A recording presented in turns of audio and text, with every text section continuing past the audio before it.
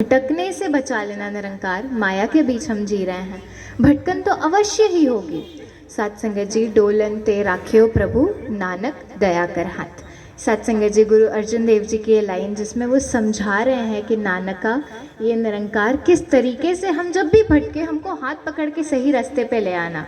साथ संगत जी, वो भाई कन्हैया सिंह जी की स्टोरी थी ना, जब जंग का मैदान था, गुरु गोविंद सिंह जी का समय, सारे जो खालसा पंथ के सिख थे सारे लड़ाई कर करके मुगलों को मार रहे थे, और कहाँ जो है कन्हैया सिंह जी सबको पानी पिलाते, अपने पक्ष वालों को तो पानी पिलाते ही, जो घायल मुगल होते उनको भी पानी पिलाया करते।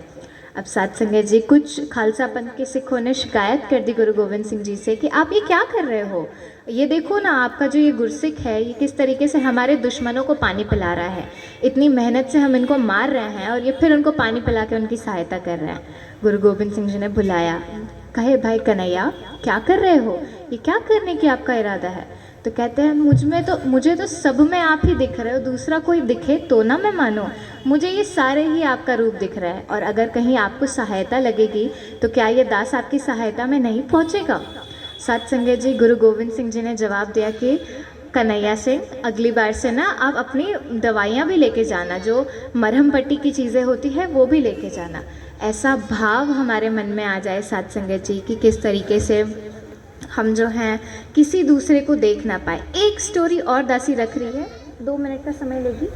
साथ संगत जी, भाई सुत्रिया की, ये भी गुरु ग्रंथ साहिब जी में ही दर्ज है, जिसमें कि साथ संगत जी जब गुरु गोविंद सिंह जी जो है कुछ भी माया देते तो साथ संगत जी वो उसकी जलेबियाँ खा लिया करते थे, और साथ संगत जी बाद में पैसे भी नहीं देते। और फिर क्या करते साथ संगत जी, फिर जब वो जा रहे थे गुरु गोविंद सिंह जी के पास कि आप और पैसे दे दो थोड़े, तो साथ संगत जी जो द्वारपाल हैं उन्होंने रोक लिया।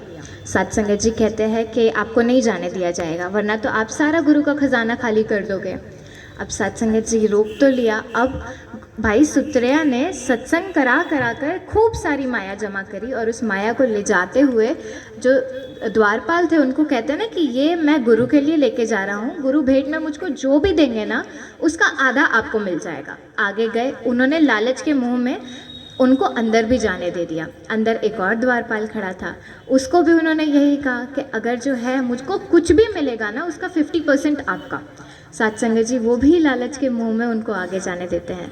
जब हुजूर के सामने, सच्चे पातशाह के सामने पेश किया तो गुरु बड़े खुश हुए, सुत्रिया आप सेवा लेके आए हो। साथ संगत जी, जब भाई सुत्रिया ने कहा कि हाँ जी सेवा लाए हैं, तो साथ संगत जी हुजूर कहते हैं बहुत खुश हुआ मैं आपसे, बताओ आपको क्या चाहिए। सुत्रिया जी मना करते हैं कि कुछ नहीं चाहिए मुझको। 2-3 बार जब गुरु ने, सच्चे पातशाह ने इंसिस्ट करा, क्योंकि ये तो जाने जहान है, ये तो सब जानते हैं, जब चौथी बार इंसिस्ट करा ना तो कहते हैं अगर आपको मुझ पे इतना प्यार आ ही रहा है, अगर आपको मुझको इतना कुछ भेंट करने का मन ही है, तो मुझको 100 जूते भेंट कर दो, यानी 100 जूते मारे जाएंगे। अब इस तरीके से क्या हुआ, 50 पहले वाले द्वारपाल को और 50 दूसरे वाले। साथ संगत जी, हमारी भक्ति में जो है छल का भाव ना आ जाए, इस गुरु के प्रति हमारा समर्पण जो है वो बना रहे, तभी साथ संगत जी ये जो लाइन है ना, दंडवत बंदन अनेक बार सर्व कला समृत, यानी इस निरंकार के चरणों में दंडवत लेट के नमन है, सर्व कला समृत, जो हर कला में समृत है, हर कुछ जानता है, तभी जो है साथ संगत जी ये निरंकार डोलने से हमको बचाएगा, तभी अपना हाथ थामेगा। ये जो गुरु है ना, ये साथ संगत जी उपकार कर देता है, दया कर देता है। ये निरंकार तो साथ संगत जी न काया है न रूप है, ये तो आप जैसा करोगे आप वैसा भरोगे। ये जो गुरु है यही केवल माफ़ करता है, निरंकार क्षमा नहीं करेगा साथ संगत। इसीलिए डोलन ते राख्यो प्रभु, नानक दया कर है। साथ संगत जी प्यार से कहना, धन निरंकार जी।